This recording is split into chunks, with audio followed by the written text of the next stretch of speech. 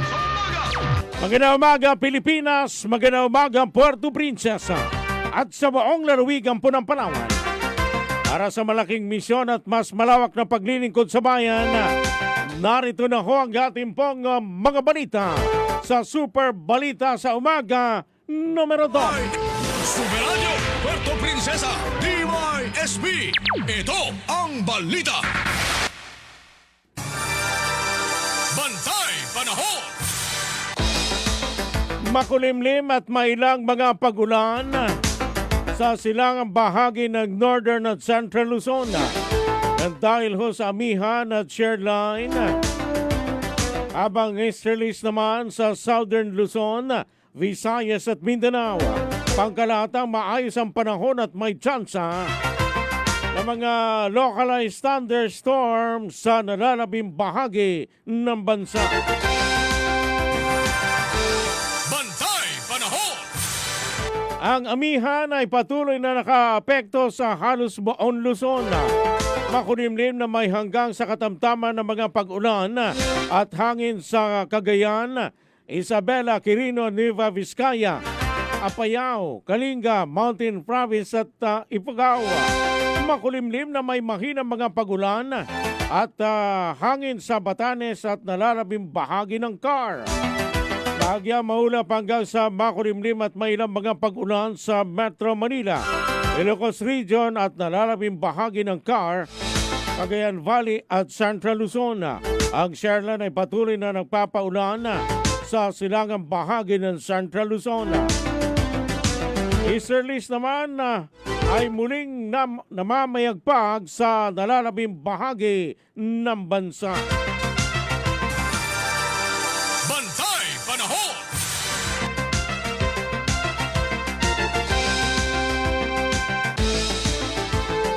Samantala mga kapuso, ang Eastern Samar at Southern Leyte ay makakaranas ng maulap na papawirin na may kalat-kalat ng mga pag-ulan, pagkulog at pagkidlat na dahil sa easterlies.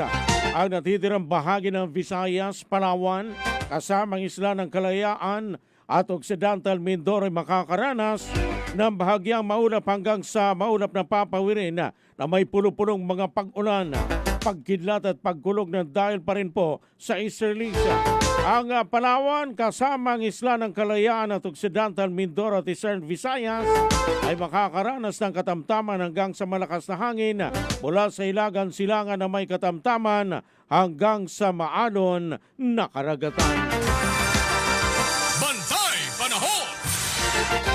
Alas 5:48 na ho ng umaga. Kayo'y nakikinig sa Super Balita sa umaga. Samantala si Mapaga Balita, mahigit 179,000 pesos na halaga ng uncertified products na kumpiska ng Department of Trade and Industry o DTI sa iba't ibang establishmento dito sa lungsod. Super Radio Local News. Namin ho natin ang detalye ng balitang yan si Super June Vicer Bantacudo.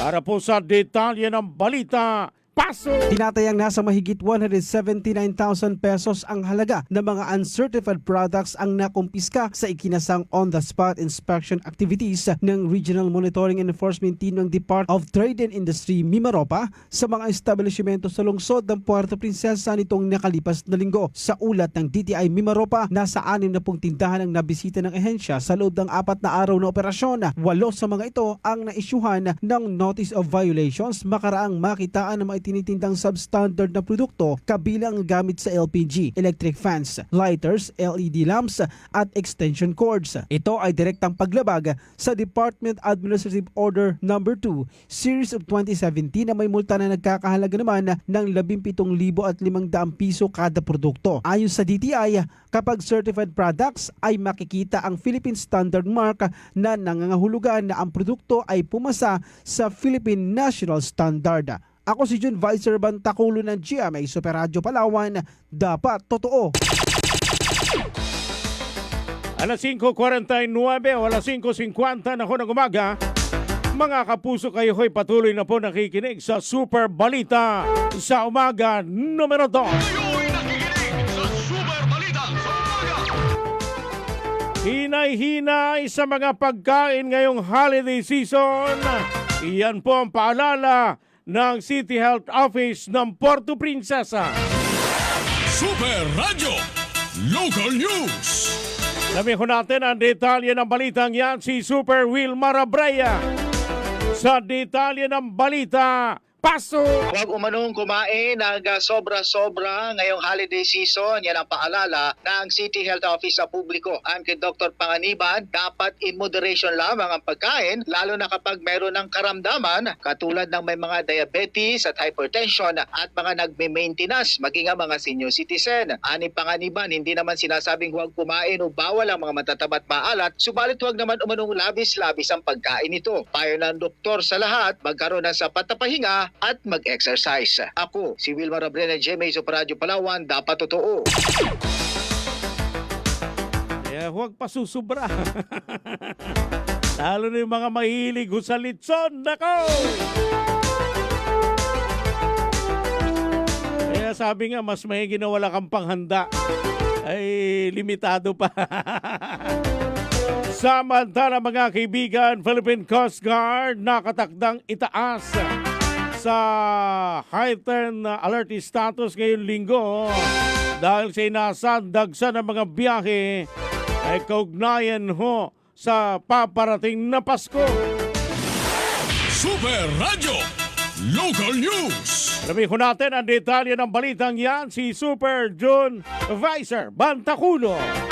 Sa detalye ng balita, pasok! Naghahanda na ang Philippine Coast Guard sa nationwide implementation ng Upland Biyaheng Ayos Pasko 2025 upang masiguro ang kaligtasan at seguridad ng mga pasahero sa mga pantalan. Simula December 20 kasi sa susunod na linggo hanggang January 4, 2026 ay itataas na sa heightened alert ang lahat ng Coast Guard districts, stations at substations sa buong bansa. Ito'y bunson na rin ang inaasahang pagdagsa ng milyong-milyong pasahero sa mga pantalan upang ipagdiwang ang Pasko at bagong taon sa kanilang mga probinsya o bayan. Ayon sa PCG, ipapakalat ang mga Coast Guard personnel sa DOTR Malasakit Help Desk upang gabayan ang mga pasahero lalo na ang mga mangangailangan ng tulong. Tututukan din ang pagbabawal sa overloading sa mga sasakyang pandagat upang maiwasan ang mga maritime accident. Bukod rito, magsasagawa rin ng beach patrol ang PCG para matiyak ang kaligtasan ng mga maliligo ng dagat. Ako si John Vicer Bantaculo ng GMA Super Radio Palawan. Dapat totoo. Ang balitang ito ay inihatid sa inyo ng Tanduay Light, gaan ng may kasama. Ang balitang ito ay hatid sa inyo ng BioFlu. 2 or more symptoms, baka flu na yan. I-BioFlu na! Mga kapuso, ang tamang oras sa 5:53 na ho ng umaga. Kayo'y nakikinig sa Super Balita sa umaga. Puntahan po natin ang magandang balita mula sa pamahalaan lungsod ng Puerto Princesa.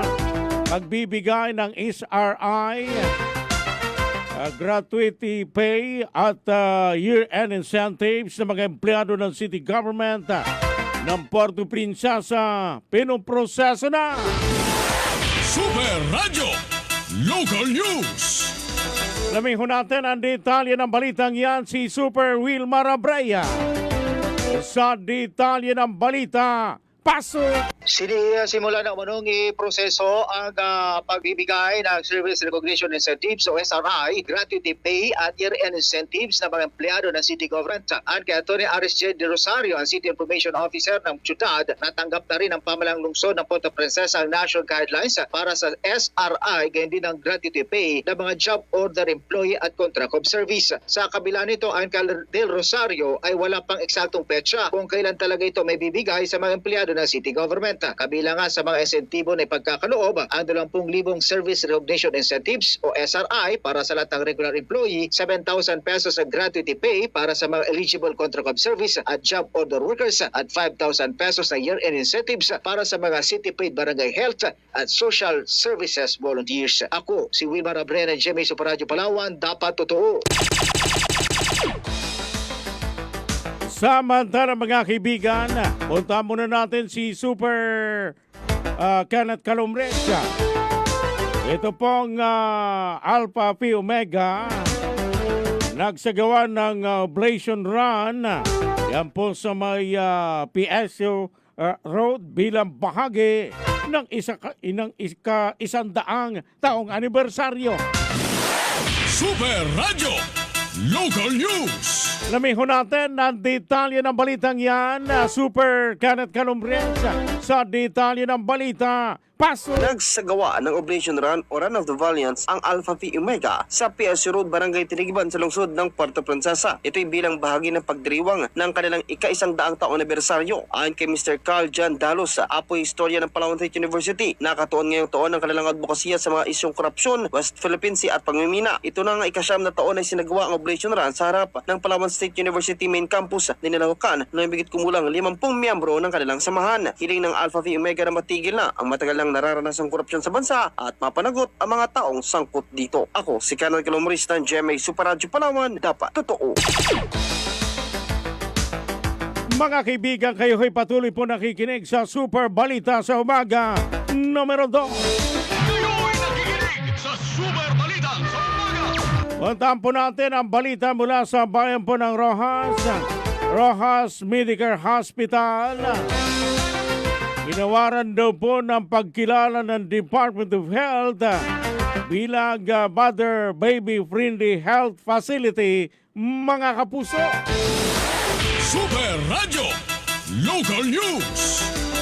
Lamihon natin ang detalye ng balitang yan, si Super June Vicer Bantacuno sa detalye ng balita. Paso! Sinertipikahang Mother Baby Friendly Health Facility and Workplace ng Department of Health Center for Health Development Mimaropa ang Rojas Medical Hospital sa lalawigan ng Palawan. Ang DOH certification as Mother Baby Friendly Workplace ay tumitiyak sa pagtataguyod at pagsasanay sa pagpapasuso sa lugar ng trabaho sa pamamagitan ng pagtatatag ng breastfeeding station.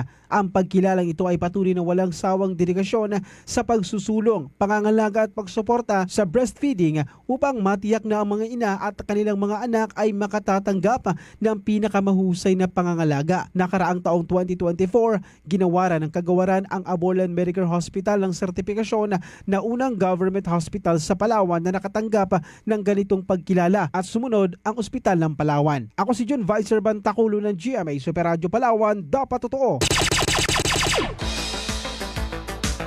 Alas 5:57 na ho ng umaga, mga kapuso. Kayo'y nakikinig sa Super Balita sa umaga. City Health Office nakahanda na raw para sa nalalapit na Kapaskuhan. Super Radio Local News. Lamihon natin ang detalye ng balitang yan, si Super Wilmar Abraya sa detalye ng balita. Paso! Mayroon namanong 24/7 response ang City Health Office dito sa lungsod ng Puerto Princesa. Kahit holiday, walang pasok. Ito ang pagtitiyak ni Dr. Ricardo Panganiban, ang City Health Officer ng lungsod. Ang kay Dr. Panganiban, may 24 oras na naka-duty ng mga personnel ang City Health sa iba't ibang mga satellite clinic. Pagdating naman sa mga insidente na mapuputukan ngayong Pasko, nakahanda umanong tumugon dito ang City Health pati ang mga satellite clinic para sa pagbibigay ng initial management sa mga naputukan. Kung hindi nga umanong kailangan dalhin sa ospital at kaya nang i-manage ng City Health ang kaso, ay ginagawa na umano nila ito at saka lamang umano dadalhin sa pagamutan kung hindi na nga kaya ang management ng City Health Office. Ako, si Wilmar Abreu ng GMA Super Radio Palawan, dapat totoo.